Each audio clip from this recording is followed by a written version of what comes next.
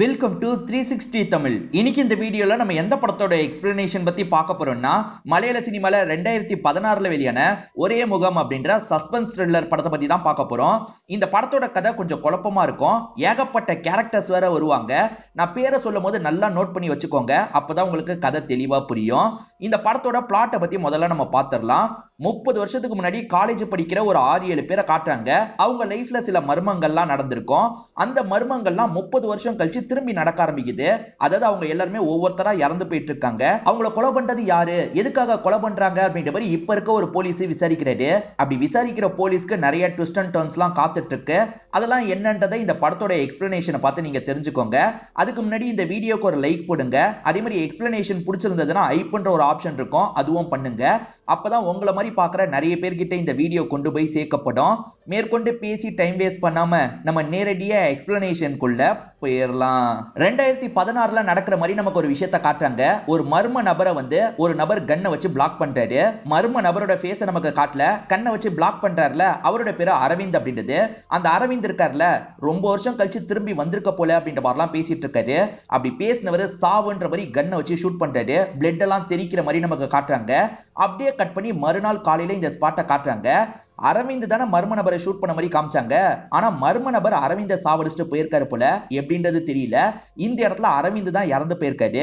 ACP ஒருத்தர் விசாரிக்கிறதுக்காக வந்திருக்காரு. ஏசிபியும் எப்படி நடந்திருக்கும் அப்படின்ற மாதிரிலாம் யோசிக்கிறாரு. இந்த பாடிக்கு கொஞ்சம் தள்ளி ஒரு கீ கிடைச்சிருக்கும், ஒரு ஹோட்டலோட கீ தான் கிடைச்சிருக்கும். அந்த கில்லர் தான் தெரியாதனமா விட்டுட்டு போயிட்டான் போல அப்படின்ற மாதிரி இந்த ஏசிபி யோசிக்கிறாரு. அந்த ஹோட்டலுக்கு போய் செக் பண்ணி பார்க்கலாம் அப்படின்ற மாதிரி அந்த ஹோட்டலுக்கு வந்துடுறாரு. ரூம் நம்பர் கீழே இருக்குல்ல, அதனால என்ன ரூம் நம்பர்ன்றதை கண்டுபிடிச்சு இவங்க உள்ள வந்துடுறாங்க. ஏதாவது கிடைக்குமா அப்படின்ற மாதிரிலாம் தேடி பார்த்துட்டு இருக்காங்க. அப்படி தேடிட்டு இருக்கும் போது இவங்களுக்கு சில விஷயங்கள் தெரியுது. அது என்னன்னு பாத்தீங்கன்னா, மும்பையை சேர்ந்த ஒருத்தர் இந்த பகுதிக்கு வந்திருக்காரு அப்படின்றது இவங்களுக்கு தெரிய வருது. அப்ப மும்பையில இருந்து ஒருத்தன் இங்க கொலை பண்ணிருக்கான் போல அப்படின்ற மாதிரிலாம் இவங்க யோசிக்க ஆரம்பிக்கிறாங்க. இங்க தங்கினவரை பத்தி இங்க இருக்க மேனேஜர் கிட்ட விசாரிக்கலான்ற மாதிரி விசாரிக்கிறதுக்காக வராங்க. மேனேஜர் நைட்டு நேரம் செம்ம போதையில இருந்திருப்பாரு. அவன் ஃபேஸையே நான் தெளிவா பார்க்கல அப்படின்ற மாதிரிலாம் சொல்லிட்டாரு. என்னையா இப்படி சொல்ற அப்படின்ற மாதிரி இந்த இடத்துல ஏசிபியும் கோவப்படுறாரு. இப்ப ஷாலினின்னு ஒருத்தங்களை காட்டுறாங்க. இவங்களை பொறுத்த வரைக்கும் மீடியால வேலை பார்க்கறவங்க, கொஞ்சம் முக்கியமான கேரக்டர், நோட் பண்ணி வச்சுக்கோங்க. இப்ப ஷாலினி எட்ட பாக்குறதுக்காக வராங்க. எட் இருக்காருல, அரவிந்த்னு ஒருத்தர் இறந்து போயிருக்காரு. இந்த கேஸை பத்தி கொஞ்சம் கவர் பண்ணுமான்ற மாதிரி சொல்லிட்டாரு. இவங்களுமே சரின்ற மாதிரி ஏத்துக்கிறாங்க. ஒரு சைடு ஏசிபி விசாரணை பண்றாரு, இன்னொரு சைடு இந்த ஷாலினின்ற பொண்ணு விசாரணை பண்ணிட்டு இருக்காங்க. ஏசிபி ரூமை செக் பண்ணும்போது சில பொருள் கிடைச்சது பாத்தீங்களா, அந்த பொருளை வச்சு அந்த மர்ம நபரை கண்டுபிடிக்கலான்ற மாதிரி ஒவ்வொரு இடமா விசாரணை பண்ணிட்டு இருக்காரு. ஆனா அந்த மர்ம நபரை பத்தி எதுவுமே இவருக்கு தெரிய மாட்டேங்குது. சரி, அந்த அரவிந்துக்கு வந்த கால் லாகெல்லாம் செக் பண்ணலான்ற மாதிரி செக் பண்ண ஆரம்பிக்கிறாரு. இந்த சைடு ஷாலினி இருக்காங்கல்ல, தெரிஞ்ச அங்கிளை பாக்குறதுக்காக தான் வந்திருக்காங்க. அந்த அரவிந்த் ஒரு காலேஜ்ல படிச்சிருப்பாருல, அந்த இடத்துல போய் விசாரிக்கணும் அப்படின்ற மாதிரி இவங்க அங்கிள் கிட்ட பேசுறாங்க. அங்கிளும் சரி அப்படின்ற மாதிரிலாம் ஏத்துக்கிறாரு. ஏசிபி இருக்காரு பாத்தீங்களா, அந்த கால் லாக செக் பண்ணி பார்த்திருப்பாரு. கடைசியா ஜக்காரியான்னு ஒருத்தர் கால் பண்ணிருக்காரு அப்படின்றது தெரிய வருது. அந்த ஜக்காரியா மும்பைல வாழ்ந்திருக்காருன்றத பத்தியும் உங்களுக்கு தெரிய வருது. சார், மும்பைல இருந்து அந்த ஜக்காரியா கொலை பண்ணிட்டு போயிருக்கான் போல அப்படின்ற மாதிரிலாம் ஏசிபி சொல்லிட்டாரு. அப்ப அந்த ஜக்காரியாவை பிடிக்க வேண்டியதுன்னு அப்படின்ற மாதிரி கமிஷனர் கேட்கிறாரு. அதுக்கு ஏசிபி இருக்காருல, இல்ல சார், ஏற்கனவே அவன் தேடப்படுற குற்றவாளி தான். 30 வருஷமா அவனை போலீஸுங்க தேடிட்டு இருக்காங்க, இன்னும் அவனை கண்டுபிடிக்க முடியலன்ற மாதிரி சொல்லிட்டாரு. 30 வருஷத்துக்கு முன்னாடி அந்த சக்காரியா இருக்காரு பாத்தீங்களா, அவரோட ஃப்ரெண்ட் லவ்வரையும் கொலை பண்ணிருக்காருன்னு தெரிய வருது. ஒரு எஸ்டேட்ல வச்சுதான் கொலை பண்ணிருப்பாரு. அதுக்கப்புறத்துல இருந்து ஹைட் ஆயிட்டு இருக்காரு. இந்த சைடு ஷாலினி அங்கிள் கிட்ட பேசுறாங்க. ஷாலினியும் இந்த தகவல்லாம் சேகரிச்சிருக்காங்க போல. 20 வருஷத்துக்கு முன்னாடி அந்த ஜக்காரியா 2 கொலை பண்ணிருக்கான். அதுல இருந்து தப்பிச்சுதான் 30 வருஷம் அவன் ஆட்டம் காமிச்சிட்டு இருக்கான். இப்ப அரவிந்த கொலை பண்ணிருக்கானா, அந்த ஜக்காரியாவோட வேலையா தான் இருக்க வாய்ப்பு இருக்கு. அந்த ஜக்காரியா எதுக்காக இதெல்லாம் பண்ணிட்டு இருக்கான்றத முழுசா தெரிஞ்சுக்கணும். அதுக்கு அந்த காலேஜ்ல படிச்சு யாரையாவது பார்த்து பேசணும் அப்படின்ற மாதிரிலாம் சொல்லிட்டு இருக்காங்க. அந்த காலேஜ்ல படிச்ச ஜூனியர் பையனை எனக்கு தெரியும்ன்ற மாதிரி இந்த ப்ரொஃபசர் சொல்றாரு. இவரை பொறுத்த வரைக்கும் காலேஜ் ப்ரொஃபசர் போல. சரி, அந்த பையனை போய் பார்க்கலாம் அப்படின்ற மாதிரி இவங்களுமே கிளம்புறாங்க. அந்த பையனுக்கு இப்ப 45-50 வயசு இருக்கும்ல, அவரை பார்க்கறதுக்காக தான் கிளம்புறாங்க. அந்த ஜூனியர் பையனை பொறுத்த வரைக்கும் இப்போதைக்கு ஒரு காலேஜ்ல கோச்சா வேலை பார்த்துட்டு இருக்காரு. இவரை நான் கோச்சின்னு மட்டும் சொல்றேன். இப்ப ஷாலினியும் அங்கிளும் சேர்ந்த மாதிரி இந்த கோச்சை பார்க்கறதுக்காக தான் வந்திருக்காங்க. அந்த ஜக்காரியாவை பத்தியும் அவனோட ஃப்ரெண்ட்ஸை பத்தியும் சொல்ல முடியுமா அப்படின்ற மாதிரி ஷாலினி கேட்கறாங்க. சொல்றேன், எனக்கு தெரிஞ்ச வரைக்கும் சொல்றேன்ற மாதிரி இவரும் சொல்ல ஆரம்பிக்கிறாரு. ஆக்சுவலா இவர் முதல் நாள் காலேஜுக்கு சந்தோஷமா வந்துட்டு இருக்காரு. அப்ப பார்த்தா சீனியர்ஸ் இருக்காங்கல்ல, எல்லாரையும் ராகிங்லாம் பண்ணிட்டு இருக்காங்க. ஜக்காரியாவோட ஃப்ரெண்ட்ஸா ஒரு 4 பேர் இருப்பாங்க. அந்த 4 பேரோட பேரை கதைக்கு தேவைப்படும் போது நான் சொல்றேன். 4 பேர்னு மட்டும் நீங்க மனசுல வச்சுக்கோங்க. அந்த 4 பேருமே சேர்ந்த மாதிரி தான் இவரை கிண்டல் பண்ணிட்டு இருக்காங்க. என்னடா ஃபர்ஸ்ட் இயர் படிச்சுட்டு மீசியோட வந்திருக்க, மீசியை போய் முதல்ல ஷேவ் பண்ணிட்டு வான்ற மாதிரி சொல்றாங்க. அந்த பையனும் ஏத்துக்கிறான். ஆனா இன்னொரு ஜூனியர் பையன் இருக்கான் பாத்தீங்களா, பயங்கரமா ஆட்டிடியூட்லாம் காட்டுறான். என்ன கிண்டல் பண்ணீங்கன்னா அடிக்கவே செய்வேன் அப்படின்ற மாதிரி கையெல்லாம் ஓங்குறான். அப்பன்னு பார்த்து ஜக்காரியா என்ட்ரியை கொடுக்குறாரு. அந்த ஜூனியர் பையனை அடிச்சு பறக்க விடுறாரு. ஜக்காரியா ரொம்ப தைரியசாலின்றது நமக்கு தெரிய வருது. ஃப்ரெண்ட்ஸுமே எங்க ஜக்காரியா வந்துட்டான் அப்படின்ற மாதிரிலாம் சந்தோஷப்பட்டுட்டு இருக்காங்க. இப்பயும் அந்த ஜூனியர் பையன் இருக்கான்ல, ஜக்காரியாவை அடிக்கிறதுக்காக வரான். ஆனா ஜக்காரியா தடுத்து சண்டை போட்டுட்டு இருக்காரு. அப்படி சண்டை போட்டவரு ஒரு ஸ்டேஜ்ல அடிச்சு அவனை சுருள வச்சிடுறாரு. சீனியர்ஸ் மேலேயே கையை ஓங்குவியா, இதுக்கப்புறம் இந்த மாதிரி பண்ண தொலைச்சிருவேன் அப்படின்ற மாதிரி மிரட்டுறாரு. அவனுமே செம்மையா பயந்துடுறான். இதுக்கப்புறம் இந்த மாதிரிலாம் பண்ண மாட்டேன்னு சொல்றான். சரி போய் மீசையை ஷேவ் பண்ணு அப்படின்ற மாதிரி சொல்லிட்டாரு. சரின்ற மாதிரி ஏத்துக்கிட்டு இவனும் இங்க இருந்து கிளம்பி இருப்பான். இப்ப பிரசன்ட்ல ஏசிபி இருக்கார்ல, மேரின்னு ஒருத்தங்களை பாக்குறதுக்காக வந்திருக்காரு. இந்த மேரியும் ஜக்காரியா கூட படிச்சவங்களா இருப்பாங்க. ஜக்காரியாவை பத்தி உங்களுக்கு என்ன தெரியும், அதை பத்தி சொல்லுங்கன்ற மாதிரி கேட்கிறாரு. எனக்கு தெரிஞ்ச எல்லாத்தையும் சொல்றேன் அப்படின்ற மாதிரி இவங்களோட பாயிண்ட் ஆஃப் வியூல இவங்க சில விஷயங்களை சொல்ல ஆரம்பிக்கிறாங்க. அந்த ஜக்காரியாவை பொறுத்த வரைக்கும் பணக்கார வீட்டு பையனா இருப்பாரு. பேரண்ட்ஸ் எல்லாம் இறந்து போயிருப்பாங்க. இவர் மட்டும் தான் சொத்தை அனுபவிச்சுட்டு இருக்காரு. பாக்குற எல்லா பொண்ணுங்க கிட்டயும் ஒன்னா இருக்கணும்னு நினைப்பாரு போல. நிறைய பொண்ணுங்க கிட்ட அப்ரோச் பண்ற மாதிரிலாம் பேசிட்டு இருக்காரு. இப்ப அவர் கேங்ல இருக்க முதல் நபரை பத்தி நான் சொல்றேன். இவரோட பேரு அரவிந்தா இருக்கும். பிரசன்ட்ல ஒருத்தர் இறந்து போனார்ல, அந்த அரவிந்த் இவரா தான் இருப்பாரு. இவர் பாக்குற எல்லா பொண்ணுங்க கிட்டயும் ஃப்ளர்ட் பண்றதுக்கு ட்ரை பண்றாரு. ஆனா பல்ப் வாங்குறாரு. இப்ப ஜக்காரியா கேங்ல இருக்க அடுத்த 2 பேரை பத்தி சொல்றேன். இதுல ஒருத்தர் பேரு பிரகாஷ், இன்னொருத்தரோட பேரு ஐயப்பன் அப்படின்றது. கண்ணாடி போட்டிருக்காரு பாத்தீங்களா, இவர் தான் ஐயப்பனா இருப்பாரு. இவரு ஜக்காரியாக்கு ரொம்ப க்ளோஸ் ஃப்ரெண்டு. இவங்க 2 பேருமே பொண்ணுங்க கிட்ட கெலாட்டா பண்ற மாதிரிலாம் பேசிட்டு இருக்காங்க. இந்த மாதிரி தான் நீங்க ட்ரெஸ் எல்லாம் பண்ணணும் அப்படின்ற மாதிரி பொண்ணுங்க கிட்ட சொல்லிட்டு இருக்காங்க. ஆனா புதுசா வந்த ஜூனியர் பொண்ணுங்க 3 பேர் இருக்காங்கல்ல, அதெல்லாம் கேட்க முடியாதுன்ற மாதிரி மதிக்காம போறாங்க. இதனால ஐயப்பன் என்ன பண்றாருன்னா ஜக்காரியா கிட்ட இந்த விஷயத்த சொல்றாரு. ஃப்ரெண்டியே இந்த மாதிரி சொல்லிட்டாங்கல்ல, அதனால இவரே நேரடியா அந்த இடத்துக்கு வந்துடுறாரு. நில்லுங்கன்ற மாதிரி 3 பொண்ணுங்க கிட்டயும் பேச ஆரம்பிக்கிறாரு. அதுல மொத பொண்ணோட பேரு காயத்ரி அப்படின்றது, ரெண்டாவது பொண்ணோட பேரு பாமா அப்படின்றது. இவங்க 2 பேர் தான் முக்கியம். இவங்க 2 பேர் மட்டும் நல்லா ஞாபகம் வச்சுக்கோங்க. காயத்ரி தான் வேற கோட்ல ட்ரெஸ் பண்ணிருக்காங்க போல. இந்த ட்ரெஸ் எல்லாம் போடக்கூடாது, ஆஃப் சாரி தான் கட்டணும்ன்ற மாதிரி சொல்லிட்டாரு. அதை சொல்றதுக்கு நீங்க யாருன்ற மாதிரி பாமான்ற பொண்ணு கோவப்படுறாங்க. இப்ப 2 பேருக்குள்ளயும் ஆர்குமெண்ட்லாம் வந்துட்டு இருக்கு. ஒரு ஸ்டேஜ்ல ஜக்காரியா இருக்கார்ல, ஒழுங்கா நாங்க சொல்ற மாதிரி செஞ்சிருங்க, இல்லனா அவ்வளவுதான்ற மாதிரி வார்னிங் கொடுத்துட்டு இங்க இருந்து கிளம்பிடுறாரு. இப்பதான் இவர் கேங்ல இருக்க 5வது நபரை காட்டுறாங்க. இவர் பேரு தேவன் அப்படின்றது. இந்த காயத்ரி பொண்ணு ஃபீல் பண்றாங்கல்ல, ஃபீல் பண்ணாதீங்க, அவன் எப்பவுமே அப்படிதான், நீங்க போடணும்னு நினைக்கிற ட்ரெஸ்ஸையே போடுங்க, நான் பாத்துக்கிறேன்ற மாதிரிலாம் சொல்றாரு. இல்ல இந்த காயத்ரிக்கு லைட்டா அந்த தேவனை பிடிச்சிருது போல. தேவனை பார்த்து ஸ்மைல் பண்ணிக்கிட்டே இங்க இருந்து போறாங்க. காலேஜ் லைஃப்னு எடுத்துக்கிட்டா ஏகப்பட்ட ஃபன் இருக்கும் பாத்தீங்களா, அந்த ஃபன் எல்லாத்தையும் ஒரு சாங்ல நமக்கு காட்டுறாங்க. பிரசன்ட்ல இது எல்லாத்தையும் மேரின்றவங்க தான் இந்த ஏசிபி கிட்ட சொல்லிட்டு இருக்காங்க. இவங்கள பொறுத்த வரைக்கும் ஒரு ஸ்பா நடத்திட்டு இருக்காங்க போல. வேலை வந்துருது, இன்னொரு நாள் வரீங்களான்ற மாதிரி கேக்குறாங்க. சரின்ற மாதிரி ஏசிபியும் ஏத்துக்கிட்டு இங்க இருந்து கிளம்புறாரு. ஷாலினி கோச் கிட்ட கதை கேட்டுட்டு இருக்காங்கல்ல, இப்ப கோச் சொல்ற வெர்ஷன்ல நமக்கு காட்ட ஆரம்பிக்கிறாங்க. அவங்களுக்குள்ள ஒரு சண்டை ஏற்பட்டது அப்படின்ற மாதிரி கோச் சொல்ல ஆரம்பிக்கிறாரு. ஜக்காரியாக்கு பிரகாஷ்னு ஒரு ஃப்ரெண்ட் இருப்பாரு. அவர் ஒரு பொண்ணை லவ் பண்றாரு. அந்த பொண்ணுக்கு சாப்பாட ஊட்டிலாம் விட்டுட்டு இருக்காரு. அப்ப ஜக்காரியா அந்த இடத்துக்கு வந்து இந்த பொண்ணை பார்த்து லைட்டா ஸ்மைல் பண்ணிட்டு போறாரு. அவன் எதுக்கு ஒன்ன பார்த்து ஸ்மைல் பண்றான் அப்படின்ற மாதிரிலாம் பிரகாஷ் கேக்குறாரு. அதெல்லாம் ஒன்னும் இல்லைன்ற மாதிரி இந்த பொண்ணு சொல்றாங்க. ஆனா இவருக்கு லைட்டா டவுட் வந்துருது. ஜக்காரியாக்கும் அவனோட லவ்வருக்கும் நடுவுல ஏதோ போயிட்டு இருக்குன்ற மாதிரி சிலர் ஏத்திலாம் வர்றாங்க. இதனால பிரகாஷ் செம்மையா அப்செட் ஆயிடுறாரு. பிரகாஷ் இருக்காருல, அன்னைக்கு நைட்டு ஜக்காரியா கிட்ட பேசுறதுக்காக வந்துடுறாரு. அவ என்னோட ஆளுடா, என்னோட ஆளையும் விட்டு வைக்க மாட்டியா அப்படின்ற மாதிரிலாம் கோவமா பேசுறாரு. இவங்க 2 பேருக்கு நடுவுல இந்த இடத்துல வாக்குவாதம்லாம் ஏற்படுது. அப்ப ஜூனியர் பையனா இருந்த கோச் இருக்காரு பாத்தீங்களா, இது எல்லாத்தையும் மாடியில இருந்து பாக்குறாரு. இவங்களுமே என்னடா பாக்குற போன்ற மாதிரி சொல்லி அனுப்பி விட்டுருப்பாங்க. பிரசன்ட்ல கோச் இருக்காருல, இந்த விஷயத்தெல்லாம் இந்த ஷாலினி கிட்ட சொல்லிட்டு இருக்காரு. இவங்க மத்த ஃப்ரெண்ட்ஸுங்க கிட்ட பேசி பார்க்கணும்னு நினைக்கிறாங்க. உங்களுக்கு டீடைல் தெரியுமான்ற மாதிரி கோச் கிட்ட கேக்குறாங்க. அமலான்னு ஒரு சீனியர் லேடி எங்க இருக்காங்கன்னு மட்டும் எனக்கு தெரியும்ன்ற மாதிரி சொல்லிட்டாரு. அந்த அமலாவை பார்க்கலாம் அப்படின்ற மாதிரி இவங்களுமே கிளம்பிடுறாங்க. அமலாவை பொறுத்த வரைக்கும் இப்போதைக்கு வீல் சேர்ல தான் இருக்காங்க. இந்த அமலா யாருன்னு பாத்தீங்கன்னா, பாமா காயத்ரி கூட 3ஆவது ஒரு ஃப்ரெண்ட் இருப்பாங்கல்ல, நான் கூட பேர்லாம் தேவையில்லைன்னு சொல்லியிருப்பேன், அதுதான் இந்த அமலாவா இருப்பாங்க. இப்ப அமலா இவங்க பார்த்த விஷயத்தெல்லாம் பிளாஷ்பேக்கா சொல்ல ஆரம்பிக்கிறாங்க. அந்த தேவன் சொன்னதுனால காயத்ரி எப்பவுமே போல ட்ரெஸ் எல்லாம் போட்டுட்டு வராங்க. இந்த ட்ரெஸ் உங்களுக்கு நல்லா இருக்கு அப்படின்ற மாதிரிலாம் தேவன் பேசுறாரு. நன்றி சொல்லிட்டு இவங்களுமே அங்க இருந்து நடக்க ஆரம்பிக்கிறாங்க. கூட வர அமலா பாமா இருக்காங்கல்ல, அவனுக்கு உன்னை ரொம்ப பிடிச்சிருக்கு போலடி, அவன் உன்னை லவ் பண்றான் போலடி அப்படின்ற மாதிரிலாம் கிண்டல் பண்ணிட்டு இருக்காங்க. சும்மா இருங்கடி அப்படின்ற மாதிரி இந்த காயத்ரியும் வெக்கப்பட்டு இருக்காங்க. இந்த காயத்ரியும் அமலாவும் சேர்ந்த மாதிரி புக் எடுக்கிறதுக்காக லைப்ரரிக்கு வந்திருப்பாங்க. தேவன் வேணும்ட்டே ஐயப்பனை கூட்டு வந்துடுறாரு. இவங்களை சைட் அடிக்கிறதுக்காக தான் இந்த இடத்துக்கு வந்திருப்பாரு. அமலா இருக்காங்கல்ல, உன்னை சைட் அடிக்கிறதுக்காக தான் இந்த இடத்துக்கு வந்திருக்கான் அப்படின்ற மாதிரிலாம் காயத்ரி கிட்ட சொல்றாங்க. காயத்ரியும் வெக்கப்படுறாங்க. ஜக்காரியாவோட டீம்ல அரவிந்தன் ஒருத்தர் இருக்காரு பாத்தீங்களா, எல்லார்கிட்டயும் ஃப்ளர்ட் பண்றதுக்கு ட்ரை பண்ணி மொக்க வாங்குவாரு. அவரை பொறுத்த நடிக்க இந்த காயத்ரி பாமாவை பிடிச்சிருக்க போல அவங்க நடந்து போகும்போது குறுகுறுன்னு இவர் பார்த்துட்டு இருக்காரு. அப்ப இவங்க கேங்ல இருக்க தேவன் இருக்காருல, அவங்க முன்னாடி பைக்ல போய் சீன் எல்லாம் போட்டுட்டு இருக்காரு. ஒரு ஸ்டேஜ்ல அவங்களுக்கு முன்னாடி பைக்கை நிறுத்திடுறாரு. இதுக்காக பைக்கை நிறுத்துறான்ற மாதிரிலாம் யோசிக்கிறாங்க. உங்ககிட்ட ப்ரொபோஸ் தான் பண்ண போறான் போலன்ற மாதிரி காயத்ரி கிட்ட சொல்றாங்க. இப்ப அவருமே ப்ரொபோஸ் பண்ற மாதிரி பக்கத்துல வந்துட்டு இருக்காரு. வந்தவர் உன்னை எனக்கு ரொம்ப பிடிக்கும்னு சொல்றதுக்காக வராரு. ஆனா அதுக்குள்ள காயத்ரி இருக்காங்கல்ல, எனக்கு இந்த லவ் கிவ் எல்லாம் பிடிக்காது, என்ன விட்டுருங்கன்ற மாதிரி போயிடுறாங்க. இவரும் ஃபீல் பண்ணிட்டு இருக்காரு. வேற ஒரு நாள் இந்த 3 பொண்ணுங்களும் நடந்து வந்துட்டு இருக்காங்க. அப்ப அரவிந்த் இருக்காருல, காயத்ரி உன்னை லதா மிஸ் கூப்பிட்டாங்க, அவங்க லைப்ரரியில தான் வெயிட் பண்றாங்க அப்படின்ற மாதிரி சொல்லிட்டாரு. சரி போய் பாக்குறேன்ற மாதிரி இவங்க ஏத்துக்கிறாங்க. மத்த 2 ஃப்ரெண்ட்ஸும் இங்க இருந்து நடக்க ஆரம்பிச்சிடுறாங்க. இப்ப காயத்ரி லைப்ரரிக்கு வந்துடுறாங்க. லதா மிஸ் அப்படின்ற மாதிரி கூப்பிட்டுக்கிட்டே உள்ள வந்துட்டு இருக்காங்க. ஆனா லதா மிஸ் இல்லன்றது தெரிய வருது.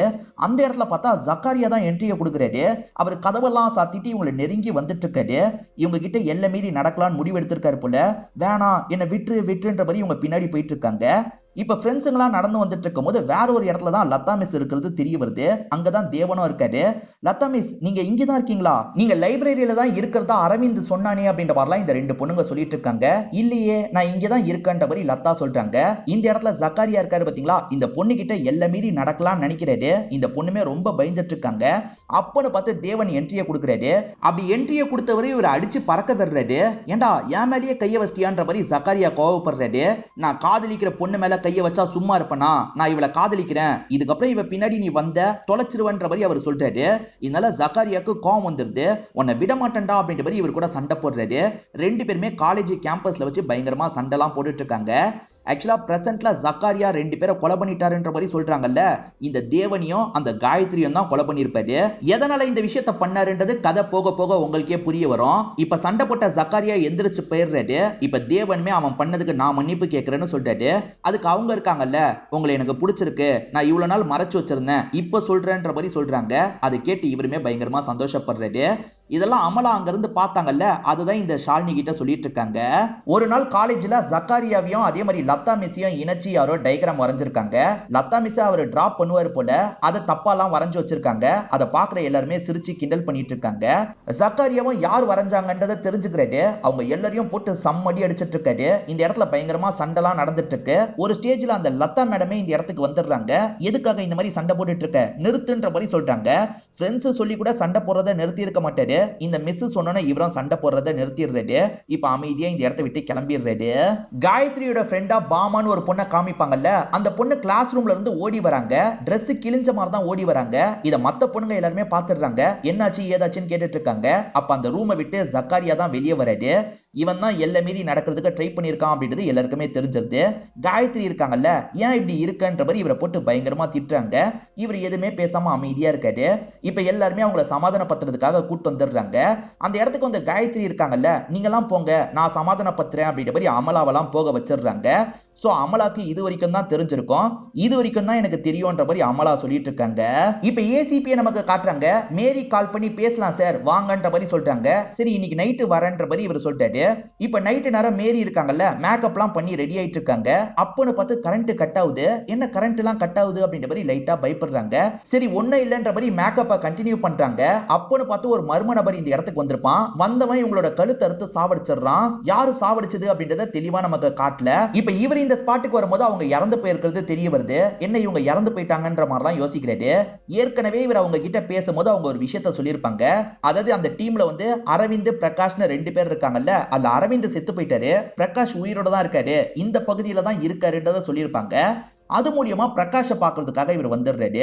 உனக்கு என்னெல்லாம் தெரியும் பிரகாஷ் சொல்லுன்ற மாதிரி கேட்க ஆரம்பிக்கிறாரு. பாஸ்ட் பிரசன்ட் ஒரே ஆள் பண்ணிருக்க மாட்டாங்க, வேற வேற ஆள் பண்ணிருப்பாங்க, அதனால கன்ஃபியூஸ் ஆகாதீங்க. ஆக்சுவலா ஒரு ஜூனியர் பையன் ஜக்காரியா கிட்ட அடி வாங்கினான் பாத்தீங்களா, அவன் தான் இந்த பிரகாஷ தூண்டி விடுற மாதிரி பேசியிருப்பான். அதாவது ஜக்காரியாவும் ஆள் பின்னாடி சுத்திட்டு இருக்கான்ற மாதிரி தூண்டி விட்டுருப்பான். இந்த தான் அன்னைக்கு நைட் இவர் சண்டைக்காக வந்திருப்பாரு. என் ஆள் பின்னாடி எல்லாம் சுத்தாதன்ற மாதிரி கோவப்பட்டிருப்பாரு. நைட்டு 2 பேருமே சண்டை போட்டது உண்மைதான். ஆனா காலையிலேயே இவங்க 2 பேருமே சமாதானம் ஆயிருப்பாங்க. நான் ஆள் பின்னாடி எல்லாம் சுத்தலடா, யாரோ தப்பா சொல்லியிருக்காங்கன்ற மாதிரி சமாதானம் ஆயிருப்பாங்க. இந்த ஜக்காரியா சரியான பிளே பாய், நிறைய பொண்ணுங்க கூட ஒன்னா இருப்பாருன்ற மாதிரி சொல்லுவாங்கல்ல, அதெல்லாம் உண்மையே கிடையாது. இவர் ஃப்ரெண்ட்ஸ் கூட ஒரு பொண்ணை பாக்குறதுக்காக வந்திருப்பாரு. அந்த பொண்ணு தான் வர சொல்லியிருப்பாங்க. அந்த பொண்ணு கட்டி பிடிக்கிறதுக்கெல்லாம் ட்ரை பண்றாங்க. அதெல்லாம் வேணான்ற மாதிரி இவர் வெக்கப்பட்டு ஓடிட்டு இருக்காரு. அந்த அளவுக்கு இவர் கூச்சப்படுவாரு அப்படின்றத நமக்கு ரிவீல் பண்றாங்க. ஒரு ஸ்டேஜ்ல அந்த பொண்ணே கிளம்புடா அப்படின்ற மாதிரிலாம் திட்டி அனுப்பி விடுறாங்க. ஆனா வெளியே வந்தவர் அந்த பொண்ணுக்கு முத்தம்லாம் கொடுத்தன்ற மாதிரி போய் சொல்லிட்டாரு. நீயாவது முத்தம் கொடுக்கறதாவது அப்படின்ற மாதிரி ஐயப்பனும் இந்த பிரகாஷும் சேர்ந்து கிண்டல் பண்றாங்க. ஏன்னா இவர் அவ்வளவு பயந்த டைப்பா இருப்பாரு. மத்த பொண்ணுங்க கிட்ட சீன் போடுற மாதிரிலாம் நடந்துப்பாரு. 30 வருஷத்துக்கு முன்னாடி தேவனு காயத்ரியை கொலை பண்ணது ஜக்காரியான்னு எல்லாருமே பேசிட்டு இருக்காங்கல்ல, நீங்க என்ன நினைக்கிறீங்க அப்படின்ற மாதிரி போலீஸ் பிரகாஷ் கிட்ட கேக்குறாரு. அவங்க 2 பேருக்கு கல்யாணம் பண்ணி வச்சதே ஜக்காரியா தான், அவன் கொலை பண்ணிருப்பான்றதை என்னால நம்ப முடியலன்ற மாதிரி சொல்லிட்டாரு. சரி, இப்ப அரவிந்த் கொல்லப்பட்டிருக்காருல, அரவிந்த கொலை பண்ணது யாரா இருக்கும்ன்ற மாதிரி கேக்குறாரு. எனக்கு தெரியலன்ற மாதிரி பிரகாஷ் சொல்றாரு. அரவிந்தோட ஒய்ஃபை மீட் பண்ண முடியுமா, அவங்களோட டீடைல் கிடைக்குமான்ற மாதிரி கேக்குறாரு. அரவிந்த பொறுத்த வரைக்கும் பாமாவை தான் கல்யாணம் பண்ணியிருந்தான், 2 பேருமே பிரிஞ்சுட்டாங்க, நீங்க வேணா பாமாவை போய் பாருங்க, எனக்கு வீட்டு அட்ரஸ் தெரியும்ன்ற மாதிரி டீடைல்லாம் தராரு. சரி ஓகேன்ற மாதிரி இந்த ஏசிபி இருக்காருல இங்க இருந்து கிளம்ப ஆரம்பிக்கிறாரு. பாமா வேற ஊர்ல இருக்காங்க போல, இவர் டிராவல் பண்ணி தான் அந்த பகுதிக்கு வராரு. 30 வருஷத்துக்கு முன்னாடி பாமாவோ ஒரு பொண்ணை காமிச்சிருப்பாங்க, பிரசன்ட்ல அந்த ரோலை ஸ்னேகா தான் பண்ணிருப்பாங்க. இப்ப பாமாவும் இந்த இடத்துக்கு வந்து என்ன விஷயம்ன்ற மாதிரிலாம் கேக்குறாங்க. உங்க ஹஸ்பண்ட் இறந்து போயிட்டாரு, உங்களுக்கு தெரியுமான்ற மாதிரி கேக்குறாரு. அவர் என்னோட ஹஸ்பண்ட்னு சொல்லாதீங்க, நாங்க பிரிஞ்சே 20 வருஷத்துக்கு மேல ஆகுது, அவரை ஏன்டா கல்யாணம் பண்ணோம்னு நான் ஒவ்வொரு நாளும் ஃபீல் பண்ணிட்டு இருந்தேன், நாங்க எப்பயோ பிரிஞ்சுட்டோன்ற மாதிரிலாம் சொல்லிட்டு இருக்காங்க. சோ இவங்களுக்கு ஹஸ்பண்ட சுத்தமா பிடிக்கலன்றது இவருக்குமே புரியுது. இவரு நான் ஸ்மோக் பண்ணிக்கலாமான்னு கேக்குறாரு. தாராளமா பண்ணிக்கோங்கன்ற மாதிரி சொல்லிட்டாங்க. இவருமே ஜன்னல் கிட்ட வந்து ஸ்மோக் பண்ணிட்டு இருக்காரு. அங்க ஒரு சிகரெட் இருக்கிறத கவனிக்கிறாரு. என்ன சிகரெட் இருக்கு, இந்த வீட்டுக்கு நம்ம வரதுக்கு முன்னாடி யாராவது வந்திருப்பாங்களா அப்படின்ற மாதிரிலாம் இவருக்கு தோண ஆரம்பிக்குது. அதே மாதிரி அந்த ஜக்காரியா எப்ப பாரு ஸ்மோக் பண்ணிக்கிட்டே இருப்பாரு, ஜக்காரியா வந்திருப்பானா அப்படின்ற மாதிரிலாம் இவருக்கு தோணுது. இவங்க கிட்ட அதெல்லாம் கேட்க மாட்டாரு. ஜக்காரியா எப்பவுமே ஸ்மோக் பண்ணிக்கிட்டே தானே இருப்பான்ற மாதிரி கேக்குறாரு. ஆமா, அவன் ஒரு செயின் ஸ்மோக்கர் அப்படின்ற மாதிரி இவங்களுமே சொல்றாங்க. எதுக்கு கேக்குறீங்கன்ற மாதிரி கேக்குறாங்க. அதெல்லாம் ஒண்ணும் இல்ல, சும்மா தான் கேட்டேன்ற மாதிரி கிளம்புறாரு. அந்த ஜக்காரியா இந்த பாமாவை பார்த்துட்டு போறதுக்கு வர வாய்ப்பு இருக்கு, அதனால இவங்க வீட்டுல கொஞ்சம் ஆளுங்களை மறைஞ்ச மாதிரி நிக்க வச்சுட்டு போலான்ற மாதிரி யோசிக்கிறாரு. இப்ப ஷாலினி இருக்காங்கல்ல, அந்த லதா மேடமா பார்க்கலான்னு வீட்டுக்கு வராங்க. ஆனா லதா மேடமும் ஹஸ்பண்டும் இறந்து போயிருப்பாங்க, அவங்க பையன் தான் உயிரோட இருக்காரு. அந்த பையன் இருக்காருல, என் அம்மா எல்லாத்தையுமே டைரியில எழுதுவாங்க, இந்த டைரியை வேணா படிங்க, உங்களுக்கு ஏதாவது கிடைக்க வாய்ப்பு இருக்குன்னு சொல்லிட்டாரு. சரின்ற மாதிரி இவங்க டைரியை வாங்கிக்கிறாங்க. லதா டைரியில என்னதான் எழுதியிருக்காங்க பாப்போன்ற மாதிரி ஓபன் பண்ணி படிக்கிறாங்க. அப்படி படிக்கும் போதுதான் நிறைய விஷயங்கள் தெரிய வருது. எதனால இவங்களுக்கு ஜக்காரியாவை பிடிக்கும்ன்றத டீடைலா எழுதியிருக்காங்க. ஜக்காரியா வெளியே தான் ரஃப்பான டைப்பா இருப்பாரு, ஆனா உள்ளுக்குள்ள ரொம்ப நல்ல டைப்பா இருப்பாரு. அதனால தான் அவர் கூட இவங்க பைக்ல எல்லாம் வந்து இறங்குவாங்க. இவங்க 2 பேர் ஒன்னா வராங்கல்ல, இத சில பசங்க தப்பாலாம் வரைஞ்சிருப்பாங்க. இதனால கோவப்பட்ட ஜக்காரியா இருக்காருல, அவங்க எல்லாரையும் போட்டு அடிச்சிருப்பாரு. அந்த இடத்துக்கு வந்து இந்த மிஸ் இருக்காங்கல்ல, ஜக்காரியா நிறுத்துன்ற மாதிரி சொல்லியிருப்பாங்க. இவருமே சண்டை போடுறதை நிறுத்திட்டு கிளம்பி இருப்பாரு. இது எல்லாத்தையும் அந்த பாமா கவனிச்சுக்கிட்டே தான் இருந்திருப்பாங்க. இப்ப பாமா லதா கிட்ட பேசுறதுக்காக வராங்க. அந்த மாதிரி ஒருத்தங்கிட்ட போய் நீங்க எப்படி மேடம் பழகிட்டு இருக்கீங்க, அவன் ஆள் சரியே கிடையாதுன்ற மாதிரிலாம் சொல்றாங்க. அவனை பத்தி உனக்கு முழுசா தெரியாதுமா, நான் உனக்கு முழுசா சொல்றேன்ற மாதிரி சொல்றாங்க. ஆக்சுவலா சின்ன வயசுலயே பேரண்ட்ஸ் இறந்து போயிட்டாங்கல்ல, அதனால தான் ரூடா வளர்ந்துருப்பாரு. மத்தபடி ரொம்ப நல்லவருன்ற மாதிரி சில விஷயங்களை சொல்றாங்க. அப்பதான் அவரோட நல்ல குணங்களை பத்தி தெரிய வருது. ஐயப்பன் அப்பாவுக்கு உடம்பு முடியாம போயிருக்கோம், அதாவது இந்த ஜக்காரியாவோட பெஸ்ட் ஃப்ரெண்ட் அப்பாவுக்கு உடம்பு முடியாம போயிருக்கோம். உடனே ஜக்காரியா அந்த இடத்துக்கு வந்திருப்பாரு. எவ்வளவு செலவாகுமோ அந்த எல்லா செலவையும் நானே ஏத்துக்கிறேன், இடத்தை வித்து கூட நான் தரேன்ற மாதிரி இடத்தை வித்துலாம் தருவாரு. இதை தாண்டி கடைசியில காசு தேவைப்படும், இவரோட செயின் எல்லாம் கழட்டி தந்திருப்பாரு. இது எல்லாத்தையும் அந்த லதா பார்த்திருப்பாங்க. ஐயப்பனும் இந்த விஷயத்த நான் மறக்கவே மாட்டேன்னு சொல்லிட்டாரு. பரவாயில்ல விடுறா, நீ என்னோட ஃப்ரெண்டு, உனக்கு பண்ணாம யாருக்கு பண்ண போறன்ற மாதிரிலாம் பண்ணிருப்பாரு. இதை தாண்டி லதாவோட ஹஸ்பண்டுக்கு ஆக்சிடென்ட் ஆயிருக்கும், கூட இருந்து பாத்துக்கிற மாதிரி ஒரு நிலைமை இருக்கும். நான் பாத்துக்கிறேன் டீச்சர், நீங்க கவலைப்படாதீங்க அப்படின்ற மாதிரி கூட இருந்து இவர் தான் பார்த்திருப்பாரு. ரொம்ப சாஃப்டான டைப்ன்றது உங்களுக்கு தெரிஞ்சிருக்கும். அதனால தான் இவரை நம்பி இவங்க பைக்ல எல்லாம் வருவாங்க. வெளியே பார்க்க தான் ரஃப்பான பையனா தெரியுவான், ஆனா உள்ளுக்குள்ள ரொம்ப சாஃப்டான ஆளு, என் தம்பி மாதிரி தான் நான் அவனை நினைக்கிறேன் அப்படின்ற மாதிரிலாம் இவங்க சொல்லிட்டு இருக்காங்க. இதனால லைட்டா பாமாக்கு அவரை பிடிக்க ஆரம்பிச்சிருது. அவர் போகும்போது வரும்போது லைட்டா அவரை பார்த்து சிரிக்கலாம் ஆரம்பிக்கிறாங்க.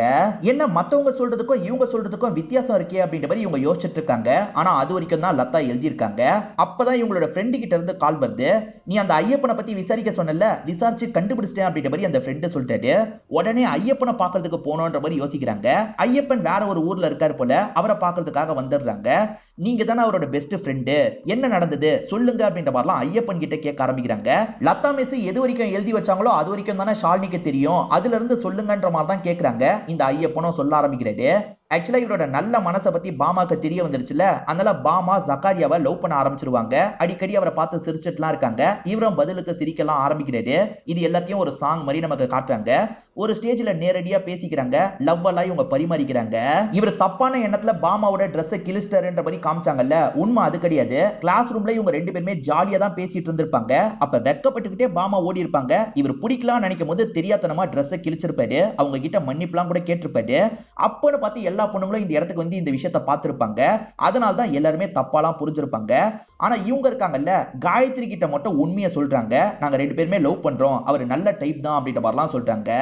காயத்ரி கிட்ட எல்லாம் மீறி நடக்கிறதுக்கு ட்ரை பண்ணாரு. அவரை போய் நல்லவர்னு எப்படி சொல்றேன்னு உங்களுக்கு ஒரு கேள்வி வரலாம். என்ன நடந்தது அப்படின்றத அப்புறமா நான் தெளிவா சொல்றேன். காயத்ரி இருக்காங்கல்ல, பாமா இப்பதான் உங்களை பத்தி சொன்னா, நீங்க நல்ல டைப்ன்றதை நானும் புரிஞ்சுக்கிட்டேன் அப்படின்ற மாதிரிலாம் இவர்கிட்ட பேசி ஃப்ரெண்ட் ஆயிடுறாங்க. ஆக மொத்தத்துல இவர் இருக்காருல, பாமாவை லவ் பண்றாரு, அதே மாதிரி காயத்ரி கிட்டயும் ஃப்ரெண்ட் ஆயிடுறாரு. காயத்ரியும் தேவனும் லவ் பண்ணிட்டு இருந்த மாதிரி காமிச்சாங்கல்ல, தேவனை பொறுத்த வரைக்கும் ஃபேமிலி எல்லாம் கிடையாது. காயத்ரிக்கே ஃபேமிலி இருப்பாங்க. அவங்க இவங்களோட கல்யாணத்துக்கு ஏத்துக்க மாட்டாங்க. ஆனா ரெண்டு பேருமே வீட்டை எதிர்த்து கல்யாணம் பண்ணிக்கணும் அப்படின்ற மாதிரிலாம் யோசிக்கிறாங்க. ஆனா எப்படி வாழ்றது, என்ன பண்றது அப்படின்ற மாதிரிலாம் இவங்களுக்கு தோணுது. இவங்க பேசாம அந்த ஜக்காரியா கிட்ட ஹெல்ப் கேட்டா என்னன்ற மாதிரி யோசிக்கிறாங்க. காயத்ரியும் ஹெல்ப் கேக்குறாங்க. கவலைப்படாத, உங்க ரெண்டு பேரை நான் சேர்த்து வைக்கிறேன்ற மாதிரி சொல்லிட்டாரு. இவங்க ரெண்டு பேரை சேர்த்து வைக்கிறேன்னு சொன்னாரு பாத்தீங்களா, அன்னைக்கு நைட்டு தான் இவர் கொலை பண்ணிட்டாருன்ற மாதிரி கேஸ் ஃபைல் ஆயிருக்கும். அதை பத்தி உங்களுக்கு தெரியாதா அப்படின்ற மாதிரி ஐயப்பன் கிட்ட இவங்க கேக்குறாங்க. ஐயப்பன் என்ன சொல்றாருன்னா, அந்த சமயம் வேலை கிடைச்சு நான் வெளியூருக்கு போயிட்டேன், அதனால எனக்கு எதுவுமே தெரியாது. அதுக்கப்புறம் ஊருக்கு வரும்போது தான் நடந்த எல்லா விஷயத்த பத்தியும் எனக்கு தெரிய வந்தது அப்படின்ற மாதிரி சொல்றாரு. சரி, உங்களுக்கு பிரகாஷ பத்தி தெரியுமா அப்படின்ற மாதிரி கேக்குறாங்க. பிரகாஷ் எங்க இருக்கான்றது எனக்கு தெரியும், இந்த ஊர்ல தான் இருக்கான், வேணா அவன்கிட்ட கேட்டு பாருங்க, அவனுக்கு தெரிஞ்சிருக்க வாய்ப்பு இருக்கு அப்படின்ற மாதிரி சொல்றாரு. சரி, நான் பிரகாஷ் சாரை பார்க்க போறேன்ற மாதிரி இவங்களும் இங்க இருந்து கிளம்ப ஆரம்பிக்கிறாங்க. இப்ப ஷாலினியும் பிரகாஷ பாக்குறதுக்காக வந்துடுறாங்க. அந்த நாள் நைட்டு என்னதான் சார் நடந்தது சொல்லுங்கன்ற மாதிரி கேக்குறாங்க. தெளிவா சொல்றேன்ற மாதிரி இவருமே சொல்ல ஆரம்பிக்கிறாரு. ஆக்சுவலா மத்த ஃப்ரெண்ட்ஸ் எல்லாம் சேர்ந்த மாதிரி அவங்க ரெண்டு பேரை சேர்த்து வைக்கணும்னு நினைக்கிறாங்க. கெஸ்ட் ஹவுஸ் யாரோடதுன்னு பாத்தீங்கன்னா ஜக்காரியாவோட கெஸ்ட் ஹவுஸா இருக்கும். கல்யாணம் பண்ணி இந்த இடத்துக்கு வர வச்சிடுறாங்க. ஒன்னும் பிரச்சனை இல்ல, கொஞ்ச நாள் இங்க தங்குங்கன்ற மாதிரிலாம் ஜக்காரியா சொல்றாரு. அப்ப பாமாவும் டைம் ஆயிடுச்சு, நான் வீட்டுக்கு போகணும் அப்படின்ற மாதிரிலாம் சொல்றாங்க. அப்ப ஜக்காரியா இருக்காருல, நான் பாமாவை டிராப் பண்ணிட்டு வந்துடுறேன் அப்படின்ற மாதிரி இங்க இருந்து கிளம்புறாரு.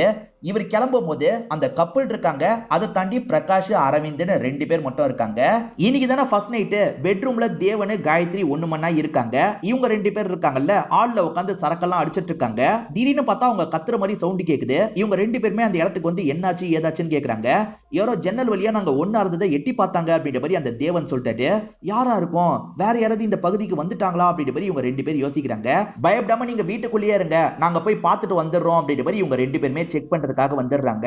அந்த சமயம் மழைலாம் பெய்யுது. ரெண்டு பேருமே பிரிஞ்சு போய் தேடிட்டு இருக்காங்க. அப்படி தேடிட்டு இருக்கும் போது யாரோ மண்டையிலேயே அடிக்கிறாங்க. அதாவது பிரகாஷோட மண்டையிலேயே அடிக்கிறாங்க. பிரகாஷ் மயங்கின மாதிரி கீழே விழுந்துடுறாரு. இவர் காலையில கண் முழிச்சு பார்க்கும் போது எல்லாமே முடிஞ்சிருக்கும். அதாவது ஜக்காரியா ரெண்டு பேரை கொலை பண்ணிட்டாருன்ற மாதிரி கேஸ் முடிஞ்சிருக்கும். ஜக்காரியா அதுக்கப்புறம் என்ன ஆனான்றது எனக்கு தெளிவா தெரியல அப்படின்ற மாதிரிலாம் இவர் சொல்லிட்டு இருக்காரு.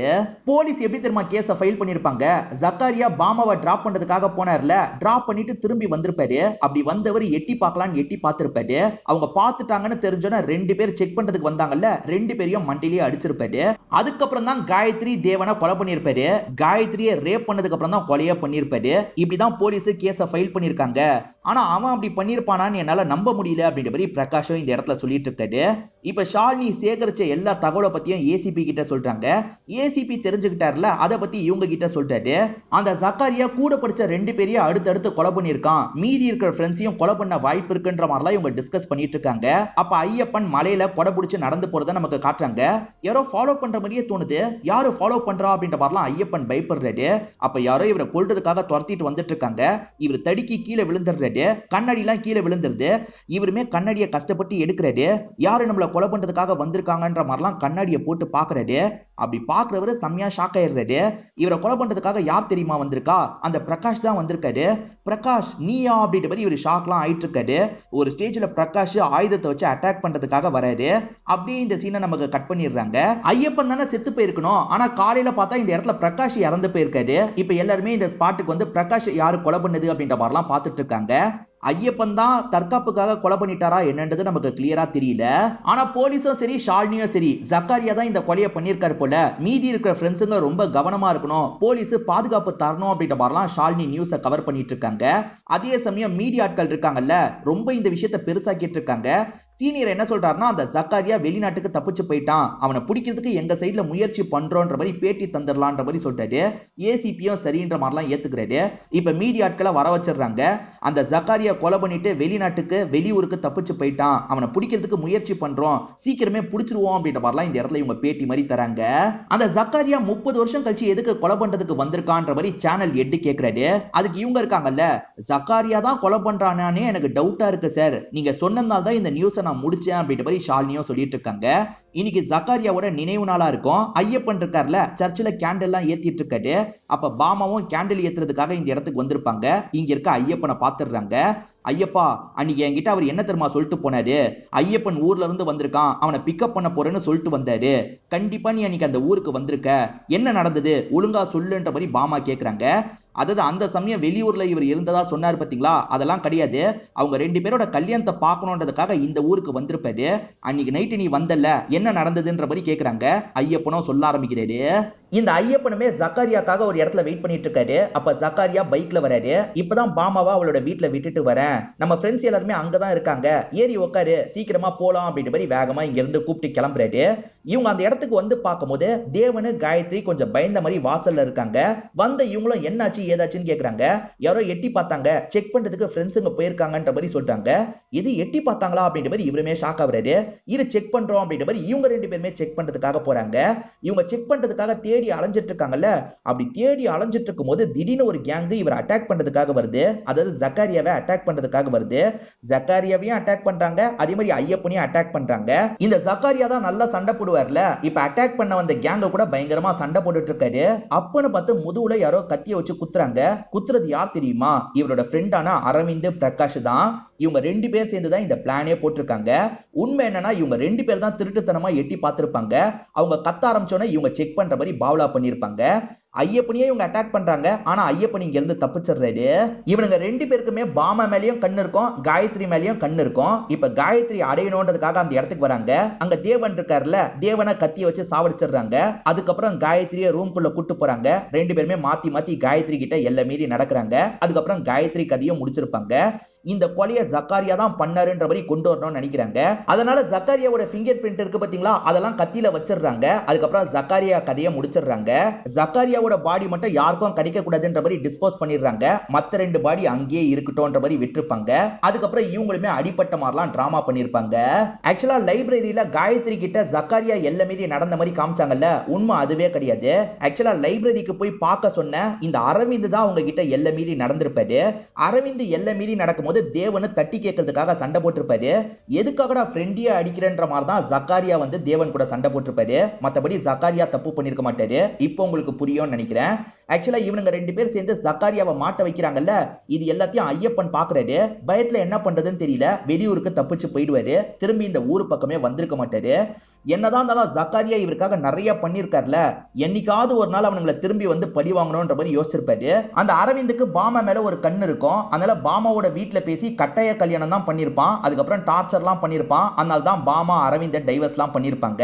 இவருக்கு 30 வருஷம் கழிச்சு தான் தைரியம் வந்திருக்கும். முதல்ல அந்த அரவிந்த கொல்றதுக்காக வந்தன்ற மாதிரி சொல்லிட்டாரு. ஆக்சுவலா அரவிந்துக்கு எதிராக ஒரு மர்ம நபர் நின்ன மாதிரி காமிச்சாங்கல்ல, அது இந்த ஐயப்பனா தான் இருக்கும். என்ன ஐயப்பா, இப்பதான் உனக்கு தைரியம் வந்திருக்கு போலியன்ற மாதிரி ஷூட் பண்றதுக்காக வந்திருப்பாரு. ஐயப்பன் இருக்கார்ல, சட்டுன்னு அவரோட கண்ணை புடிங்கி அவர் கதையை முடிச்சிருப்பாரு. இவர் தான் மேரிய கொலை பண்ணிருப்பாரு. ஏன்னா மேரி இருக்காங்கல்ல, ஜக்காரியா ரொம்ப மோசமானவன்ற மாதிரி எல்லாரையும் நம்ப வச்சிருப்பாங்க. அதனால தான் அவங்க கதையை முடிச்சிருப்பாரு. இவன் தான் கொலை பண்றான்றது பிரகாஷ்க்கு ஓரளவுக்கு தெரிஞ்சிருக்கும். அதனால தான் ஐயப்பா நீ தானே பண்ற, உன் கதையை நான் முடிக்கிறேன்டா அப்படின்ற மாதிரி அந்த இடத்துக்கு வந்திருப்பாரு.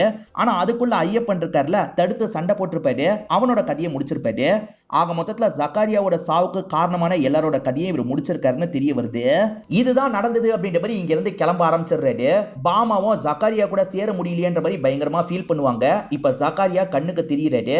இப்ப அவர் கண்ணுக்கு தெரியறாருல, இவங்களுமே அதெல்லாம் பார்த்து பயங்கரமா இந்த இடத்துல ஃபீல் பண்ணிட்டு இருக்காங்க. போலீஸ் இன்னும் ஜக்காரியா உயிரோட இருக்கிறதா நினைக்கிறாங்க. ஜக்காரியாவை பத்தி இன்ஃபர்மேஷன் கொடுத்தீங்கன்னா காசு கிடைக்கும்ன்ற மாதிரி நிறைய இடத்துல போஸ்டர்லாம் ஒட்டி வச்சிருக்காங்க. ஐயப்பன் அதை பார்த்து ஸ்மைல் பண்றாரு. இங்க இருந்து எந்திரிச்சு கிளம்புறாரு. இதோடயே இந்த படத்தோட கதையை முடிச்சிடுறாங்க. கண்டிப்பா இந்த படத்துல வந்த ட்விஸ்ட் அண்ட் டர்ன்ஸ்லாம் உங்களுக்கு பிடிச்சிருக்கும் நம்புறேன். இந்த வீடியோ உங்களுக்கு பிடிச்சிருந்ததுன்னா லைக் பண்ணுங்க, கமெண்ட் பண்ணுங்க, மறக்காம 360 தமிழ் சேனலை சப்ஸ்கிரைப் பண்ணுங்க. தொடர்ச்சியா இந்த மாதிரி வீடியோக்கள் வந்துகிட்டே தான் இருக்கும்.